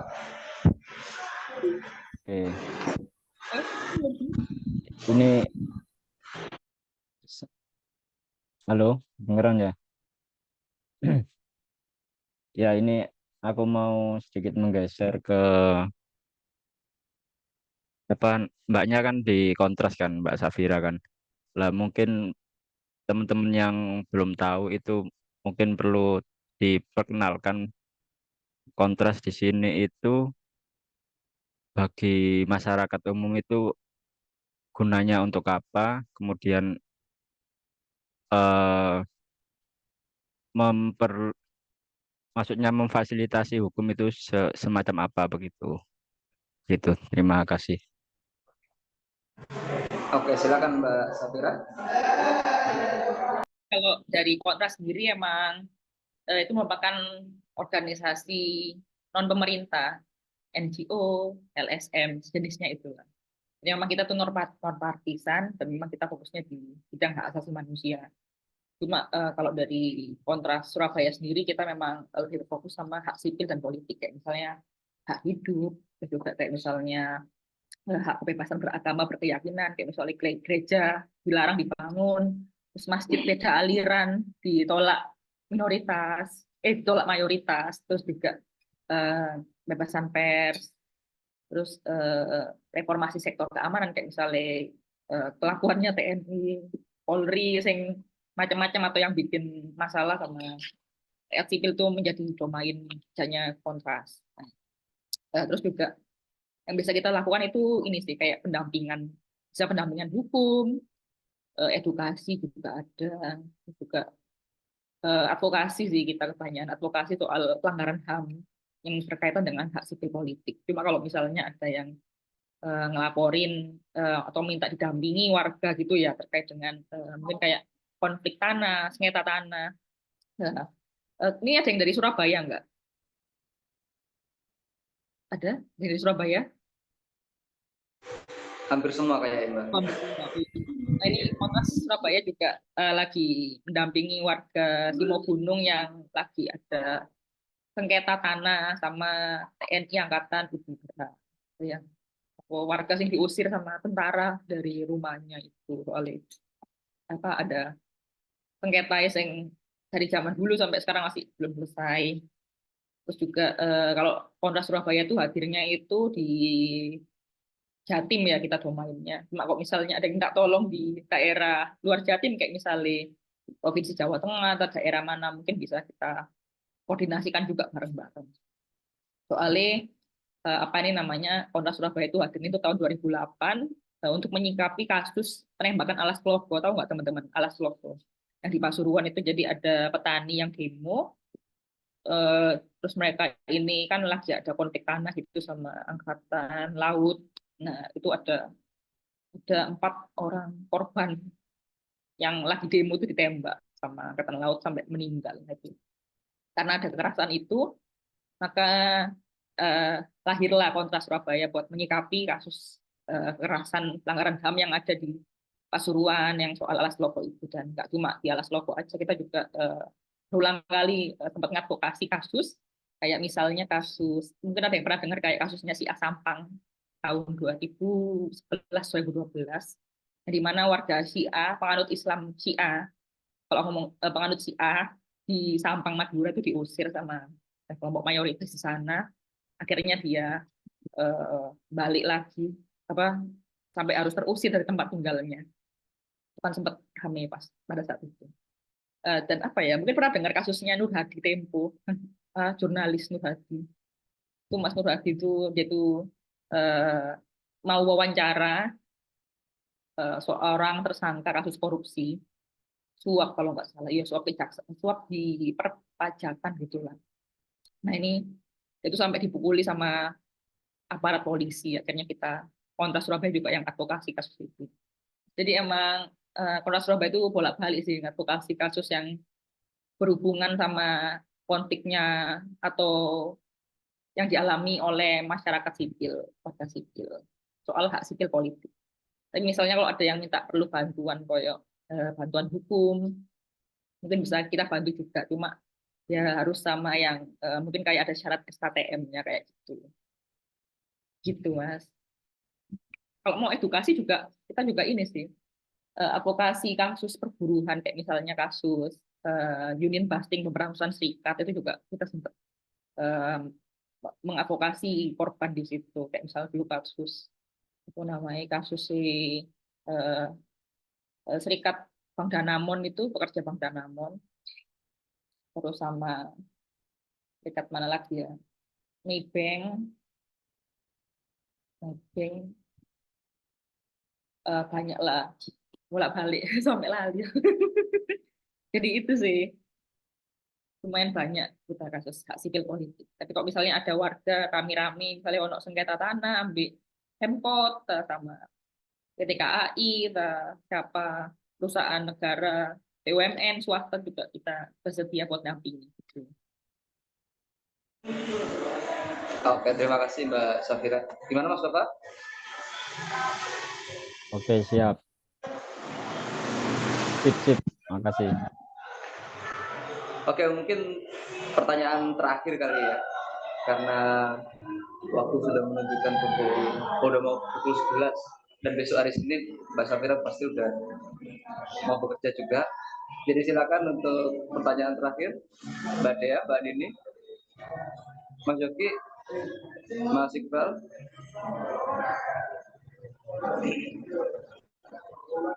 Silakan kalau ada yang bertanya.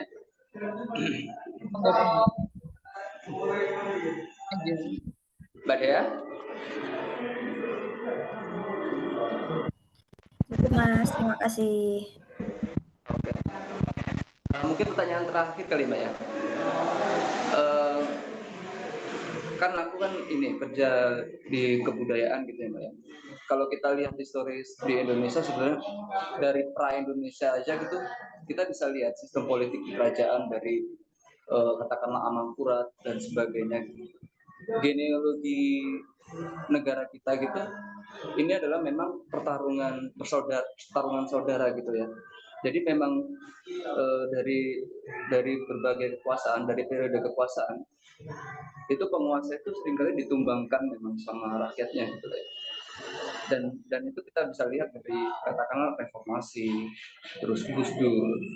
Dan pertanyaannya, apakah hari ini sudah cukup ideal gitu kita melakukan katakanlah seperti isu yang kemarin tentang pemakzulan Jokowi gitu ya.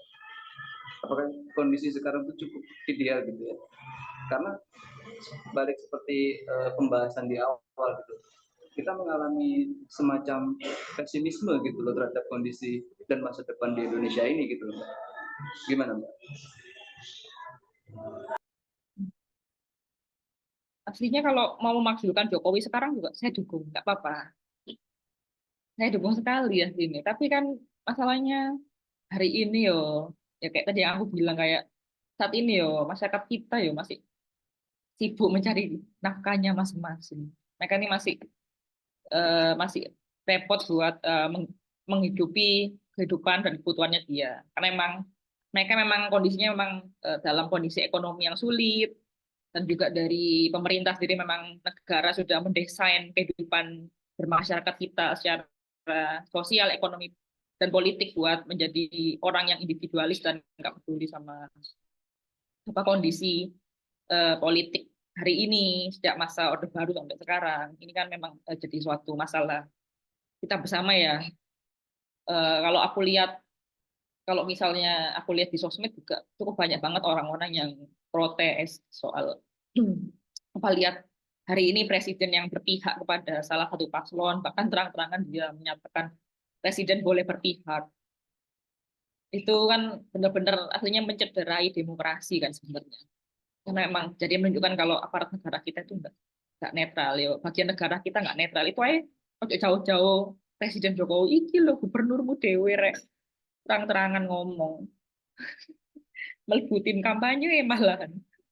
Itu aku sing agak sulit ya sebenarnya. Dan masalahnya juga kita lihat gimana ya struktur masyarakat kita sendiri juga aku nggak bisa menyalahkan ya. Kan kita kan banyak orang-orang yang kayak gabung ormas tertentu yang mana ormas itu nggak cuma berpengaruh di level tataran politik praktis di Indonesia atau bahkan mempengaruhi kebijakan Indonesia aja kan mereka juga mempengaruhi kondisi masyarakat ke bawah kayak misalnya masyarakat akar rumput katakanlah itu kan benar-benar masih perlu penyadaran artinya dari kita ya sama orang yang sama-sama sadar bahwasanya hari ini Indonesia itu tidak baik-baik saja. Tapi masalahnya kan orang-orang yang tergabung dalam entah tergabung, terafiliasi, simpatisan atau kelompok yang udah kayak misalnya menyatakan bagian dari ormas tertentu atau dari kelompok tertentu itu pun mereka juga seolah dinina-hubungkan gitu ya sama kondisi demokrasi kita hari ini karena memang mereka lebih disibukkan buat cari uang buat menghidupi kehidupannya sendiri bahkan kalau sing terang-terangan ngomong siapapun presidennya kita tetap cari uang sendiri ini kan suatu ucapan sing menunjukkan ya selain kita pesimis dan menganggap bahwasannya pernyataan itu mencerminkan seolah siapapun presiden itu nggak bakalan berpihak kepada kehidupannya kita sendiri gitu loh. Ini kan kayak seolah hal sing susah banget sih buat mengubah pemikiran masyarakat yang masih kayak gitu. Soalnya kalau ya apa ya mungkin yang sadar itu ya yang main Twitter, yang main IG, yang tiap hari terpapar dengan diskursus di sosial media soal kondisi demokrasi Indonesia. Tapi masyarakat kita yang ada di kalangan akar rumput yang mereka nggak punya HP, yang mereka nggak apa namanya, yang sibuk ke sawah, yang tiap hari tinggalnya di dalam desanya aja ataupun di dalam daerahnya aja dan jarang banget buat berinteraksi dengan orang luar ataupun kalau misalnya ketemu orang luar mungkin ketemu kong partai, kader partai yang emang mengarahkan mereka untuk memilih calon tertentu ini kan memang benar-benar sulit banget dan kompleks gitu loh masalah soal kayak gini. Jadi menurut aku kalau mau kita memakzulkan Jokowi maka kita harus menyadarkan semua masyarakat dari yang ada di Jakarta sampai ke daerah-daerah pelosok di Indonesia. Ada yang ada di daerah apa namanya kota besar sampai ke kabupaten, kota-kota kecil, di pulau-pulau terpencil Indonesia itu biar sadar. Tapi kan masalahnya hari ini gerakan rakyat sipil kita kan masih belum mampu menjawab itu semua. Gerakan rakyat sipil kita kan masih belum bisa menjadi solusi atas adanya masalah demokrasi kita hari ini. Ini kan yang masih masih susah buat diperbaiki gitu loh. Dan kayaknya kita mau mengkonsolidasikan gerakan rakyat sipil juga perlu waktu yang nggak sebentar. Mau 1 tahun aja masih belum mampu loh. Bahkan kalau mau berpatokan sama setelah melihat si Jokowi yang semakin barbar dalam ugal-ugalan menjalankan demokrasi, dan setelah adanya pernyataan dari guru besar dari beberapa universitas terkemuka di Indonesia, ini kan juga menurut aku masih belum cukup buat menyadarkan masyarakat kita, karena memang secara peranata sosial, peranata apa namanya, masyarakat kita kan masih belum ada kemauan yang jelas dan tegas terkait dengan mengubah arah demokrasi kita menjadi demokrasi yang lebih bermakna bagi masyarakat semua. Ini kan yang masih perlu diperbaiki lagi hari ini. Karena memang hal seperti itu ya masih butuh waktu, dan masih banyak masyarakat yang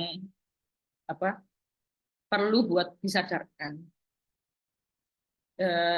Apalagi sekarang rata-rata aku susah sih, kita masih perlu. Kalau mau memakzulkan ya paling ya orang-orang di circle kita aja yang mau memakzulkan. Tapi di daerah lain di Indonesia kan yang dukung Bapak Presiden kan masih lebih banyak. Apalagi kalau udah kena, oh itu kan karena kalau misalnya kita menjatuhkan presiden itu maka kita melanggar hukum. Pasti kan mereka bakal ngomongin hukum meskipun dia sendiri yang ngomong itu yang nggak paham hukum itu apa. Hukum yang dimaksud itu seperti apa. Ini yang jadi masalah sebenarnya di sini.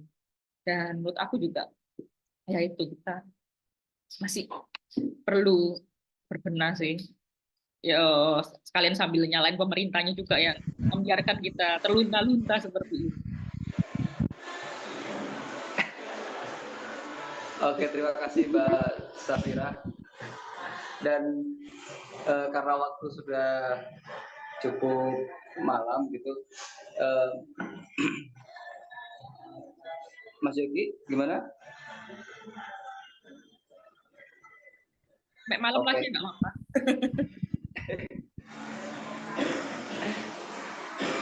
Pembahasan hari ini cukup kompleks ya, jadi Mbak Safira sudah mengawali dari sejarah dan gerakan buruh dan HAM di Indonesia, lalu dielaborasikan dengan berbagai peristiwa yang ada di Indonesia itu sendiri, dan bagaimana tantangan-tantangan yang kemungkinan kita akan hadapi di masa depan gitu. Yang pasti aku pikir sih karena harapan sudah nggak bisa dititipkan kemana-mana, masyarakat harus balik ke hati nurani sih Mbak. Oke, untuk mengakhiri kelas ini sebelum admin menutup, mungkin bisa kita nyalakan video untuk sesi foto. Mbak Dini, Mas Iqbal, Mas Yogi. Pakai jari ya. Etik sama paslon tertentu. Langsung ayo. Oke, Sebentar. Dihitung Mas. Oke. 1, 2, 3. Oh, belum masuk. Sinyalku hilang. Oke. 1, 2, 3.